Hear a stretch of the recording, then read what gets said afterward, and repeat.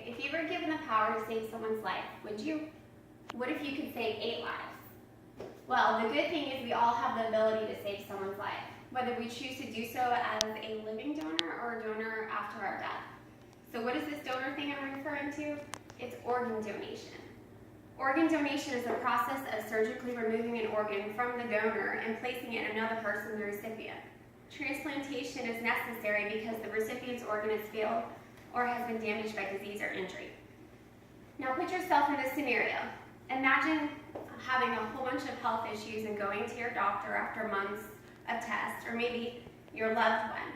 The doctor calls you in and gives you the unsettling news that you or that loved one needs a heart, and if you don't get that heart, you'll die probably within 6 months. I can't even begin to imagine what it might be like to receive the news that myself or a loved one is essentially waiting in line for an organ to become available. And if I did not receive one or they did not receive one, that meant death. Well, I hope after listening to some of these statistics on organ donation and answering some of the common concerns and questions regarding organ donation and giving you the few simple steps it takes to become a donor, that you'll become registered today if you aren't already one. According to DonateLife.net, there are 120,000 people in the United States on the organ donor waiting list, and that gray line represents them. And the red line represents,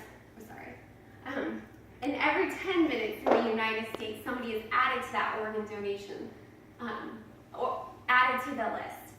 And 22 people die every day waiting for an organ to become available. And that gray line, like I said, represents the number of people waiting. That red line represents the number of transplants done each year, and that green line represents the number of registered donors. Now, I feel like this graph perfectly illustrates the dire need for there to be more organ donors.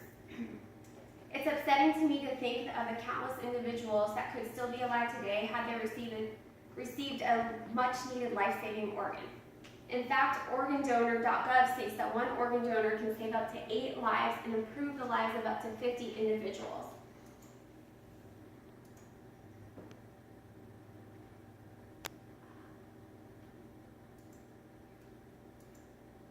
Now this picture illustrates the 8 different organs that one donor can donate. An organ such as your kidneys, you only need one, so you can be a living donor. You can live with one. And the different tissues are listed here. Some are your skin, your veins, your arteries, just to name a few. Now to me this is incredible. I mean, really, why do we need our organs when we die anyways? Why don't we recycle ourselves? I know that sounds a little silly, but it's true. If we don't need them, somebody else does. And I get it. Maybe you're a little apprehensive because you've heard some scary things regarding organ donation. Well, hopefully I can ease your mind. I want to bust some of those myths. There are some people who are afraid if they list themselves as an organ donor that doctors won't try to save their lives if something happens to them. Well, this is untrue. Doctors have a moral and ethical obligation to save your life and put you first. Your organs are only harvested if you're declared brain dead. And according to donorrecovery.org, brain dead is when a person has an irreversible, catastrophic brain injury which causes total cessation of all brain function. In fact, hospitals are required to actually perform more tests on you if you are an organ donor to really ensure that you are truly brain dead. Just some food for thought. Another common concern you might have or hear from others is, how will I look for an open casket funeral? I want my family to be able to see me. I want them to say goodbye. Mayo Clinic states organ and tissue donation doesn't interfere with having an open casket funeral. The donor's body is closed for burial, so there are no visible signs of organ or tissue donation. For bone donation, a rod is inserted where bone is removed. With skin donation, a very thin layer of skin similar to a sunburn peel is taken from the donor's back, and you're clothed and laying on your back in the casket so nobody can tell a difference.